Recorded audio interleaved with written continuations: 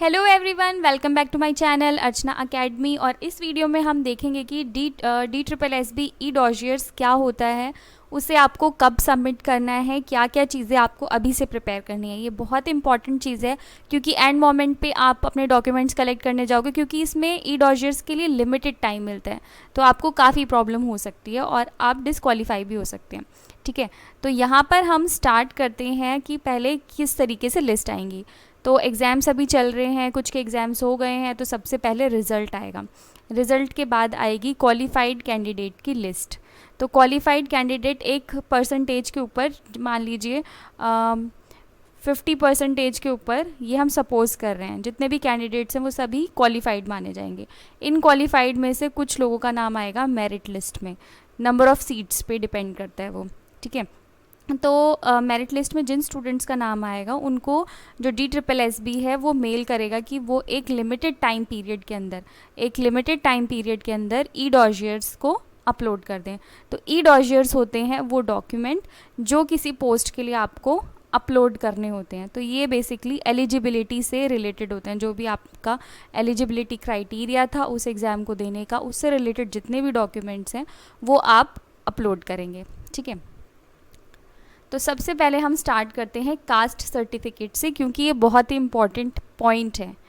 तो जब आपने अगर मेरी पहले की वीडियोस देखी होंगी तो मैंने उसमें बताया होगा कि कास्ट सर्टिफिकेट अगर आपके पास दिल्ली का है तभी आप रिजर्वेशन कोटा के लिए अप्लाई करें, अदरवाइज़ आप डिसक्वालीफाई हो सकते हैं। तो अगर किसी के पास ओबीसी दिल्ली का कास्ट सर्टिफिकेट है तभी वो अप्लाई करें।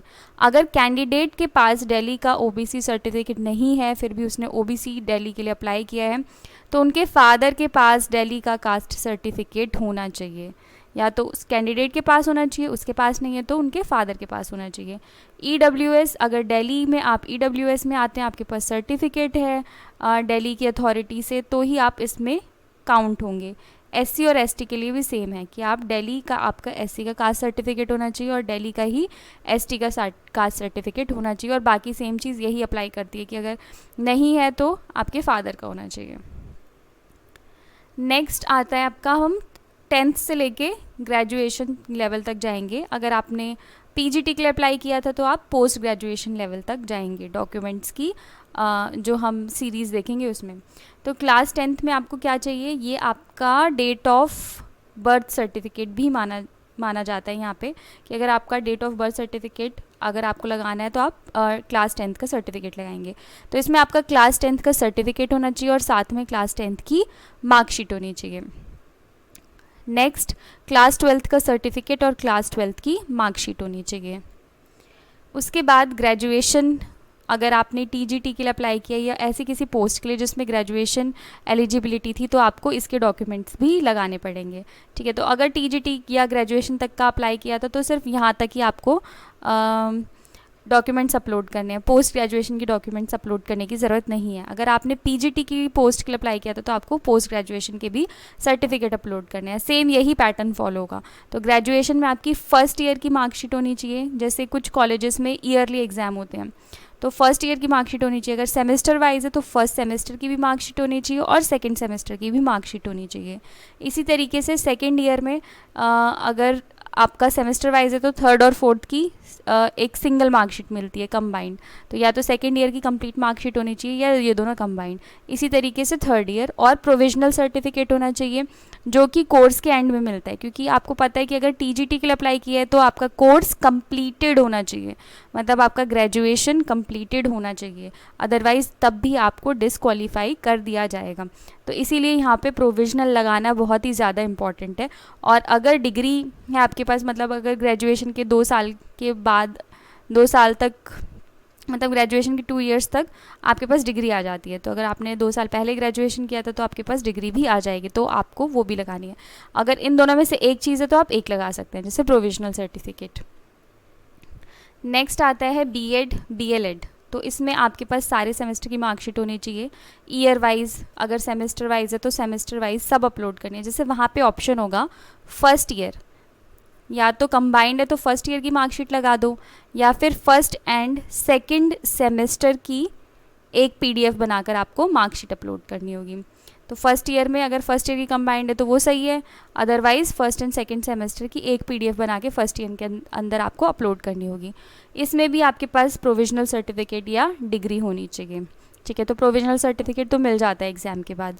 अगर आपने प्राइवेट यूनिवर्सिटी से किया है, ये ग्रेजुएशन के लिए भी है, कोई भी डिग्री कोर्स मतलब ग्रेजुएशन, पोस्ट ग्रेजुएशन या बीएड अगर आपने प्राइवेट यूनिवर्सिटी से किया है तो आपको क्या करना है, आपको एक लेटर ऑफ एफिलिएशन और ये लगाना है कि वो किसी गवर्नमेंट अथॉरिटी से एफिलिएटेड है, और इसके साथ ही जो आपका कोर्स है उस कॉलेज में या उस यूनिवर्सिटी में वो भी कॉम्पिटिटिव अथॉरिटी से एफिलिएटेड है, ठीक है। तो ये आपके कॉलेज वाले, आप उनको बोल दोगे कि हमें लगाना है तो ऑथराइजेशन लेटर दे देते हैं वो, अपनी यूनिवर्सिटी का भी और अपने कोर्स का भी। तो ये सब चीज़ें आप अभी से कलेक्ट करके रखें, जो जिन्होंने भी आंसर की चेक कर लिया, जैसे धीरे धीरे आंसर की भी आ रही हैं, फाइनल आंसर की आई है कल परसों 1 अगस्त से लेकर 31 अगस्त तक जितने भी पेपर हुए थे उनकी फ़ाइनल आंसर की आ चुकी है, ठीक है। तो इसके बीच के कैंडिडेट्स के अपने डॉक्यूमेंट्स इकट्ठा करने शुरू कर दो, क्योंकि बहुत ही लिमिटेड टाइम मिलता है ई-डॉसियर्स डाउन अपलोड करने का। नेक्स्ट, आपका आधार कार्ड का नंबर आपको वहाँ पे मेंशन करना है, फ़ोटो लगानी है आपको, आपका सिग्नेचर और साथ में राइट हैंड थंब इम्प्रेशन भी लगाना है। इसके अलावा मैं आपको इसका जो मेन नोटिफिकेशन है, जो पीडीएफ DSSB वाले रिलीज़ करते हैं, हम 2017 का देख के और भी चीज़ें डिस्कस करेंगे।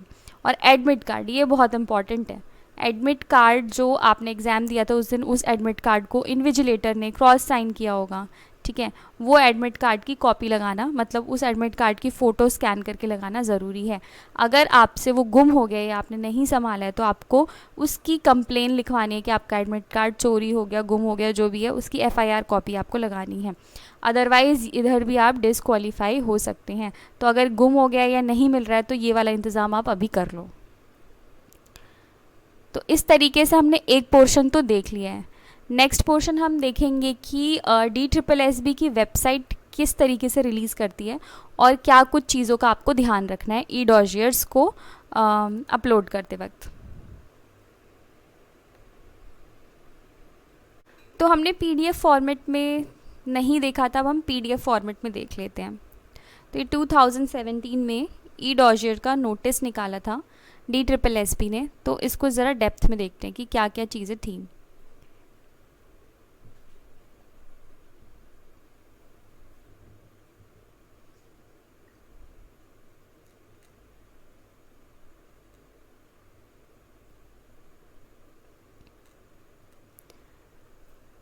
तो अब हम PDF फॉर्मेट में देख लेते हैं कि DSSB ने 2017 में जो नोटिस निकाला था ई-डॉसियर्स के लिए, इसमें क्या क्या चीज़ों का ध्यान रखना था।